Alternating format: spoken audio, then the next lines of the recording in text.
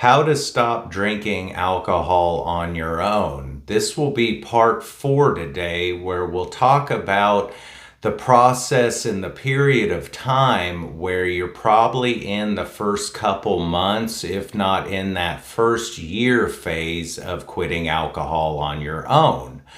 So at this point, I hope after part 3, you're in the initial stages and or past them, and you're starting to feel the benefits both mentally and physically from making this choice in your life. And first and foremost, I just want to tell you how proud I am of you and how proud you should be of yourself.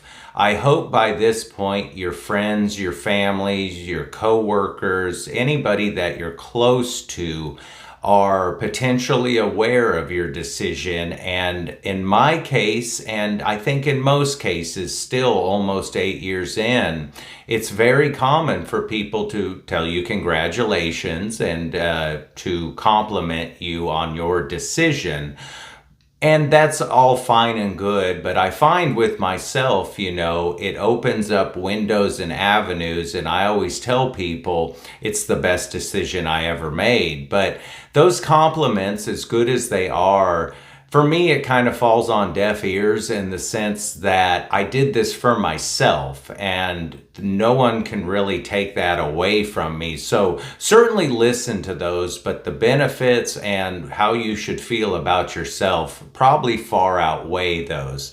I found in the beginning stages, the first couple months and year of quitting alcohol, I felt so good and so rejuvenated after a good probably 15 years of pretty consistent drinking that those benefits far outweighed everything. One of the few things I can compare it to was when I moved from California to Tennessee, was the change that I felt and the newness. It's probably like buying a new vehicle. It's that new car smell, or when you get, say, a new gaming system or anything new that will kind of rejuvenate and motivate you. So I hope at this point in the process, you're motivated, you're feeling a new sense, kind of a new lease on life, all those feelings. And the key right now for you should be is to keep that new car smell, so to speak, going. Keep riding that wave of motivation. So I talked about how the strategy for me was to keep busy.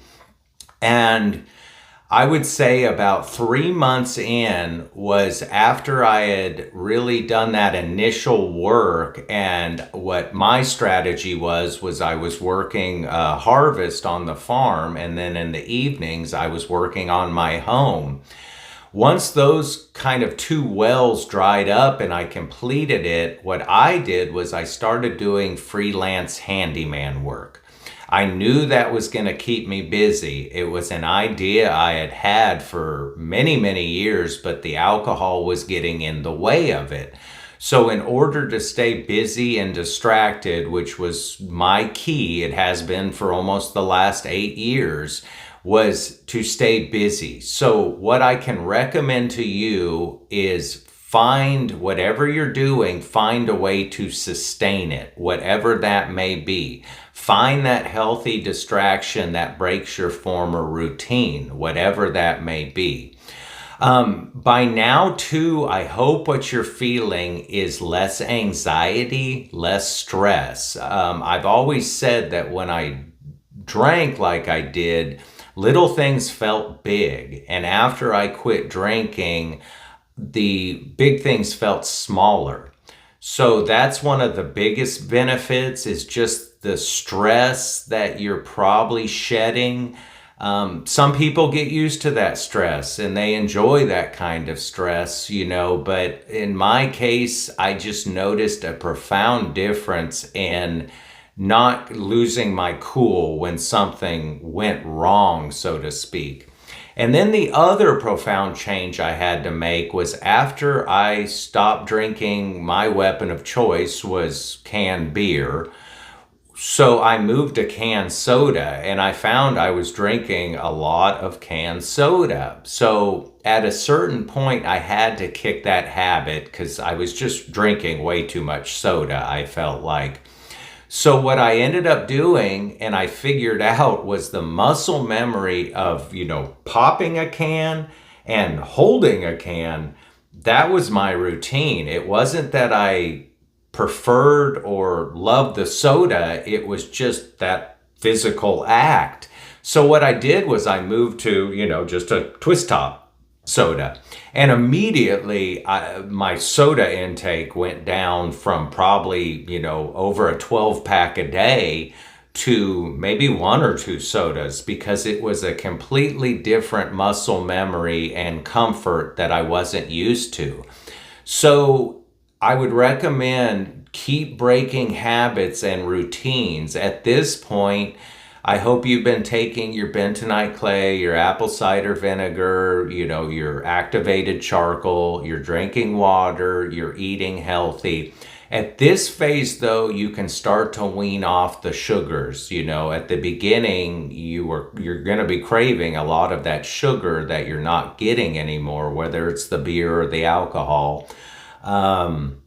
Is start weaning that out if you can. Really focus on your eating and your diet at this point, because that's where the big change is. You're probably losing weight. I lost about 5 pounds in the first week, and at this point, a couple months in, I was down about 20 pounds at that point, and over time, I've lost about 45 pounds. I'm back to my weight before I stopped drinking, and that's just my healthy weight. I went from about 200 pounds to about 155 pounds, and the difference on my body is profound, and I've been able to maintain that.